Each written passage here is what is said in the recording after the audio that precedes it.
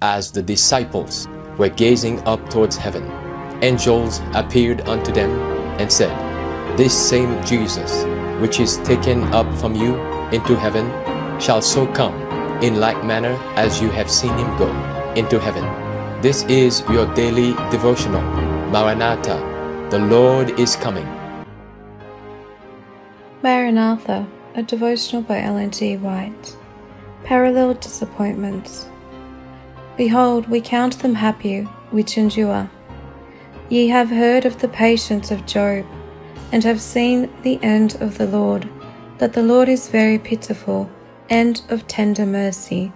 James 5:11. Not infrequently, the minds of the people, and even of God's servants, are so blinded by human opinions, the traditions and false teaching of men, that they are able only partially to grasp the great things which he has revealed in his word. Thus it was with the disciples of Christ, even when the Saviour was with them in person.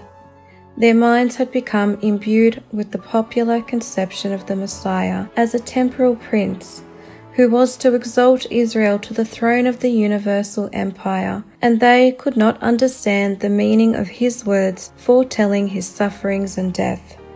From their very birth, their hearts had been set upon the anticipated glory of an earthly empire, and this blinded their understanding.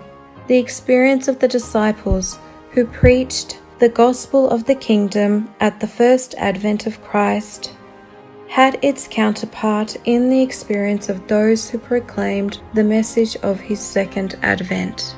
Like the first disciples, William Miller and his associates did not themselves fully comprehend the import of the message which they bore. Errors that had been long established in the church prevented them from arriving at a correct interpretation of an important point in the prophecy. Therefore, though they proclaimed the message which God had committed to them to be given to the world, yet through a misapprehension of its meaning, they suffered disappointment.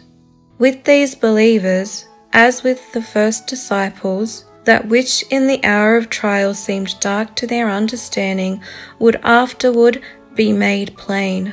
When they should see the end of the Lord, they would know that, notwithstanding the trial resulting from their errors, his purposes of love toward them had been steadily fulfilling. They would learn by a blessed experience that he is very pitiful and of tender mercy, that all his paths are mercy and truth unto such as keep his covenant and his testimonies.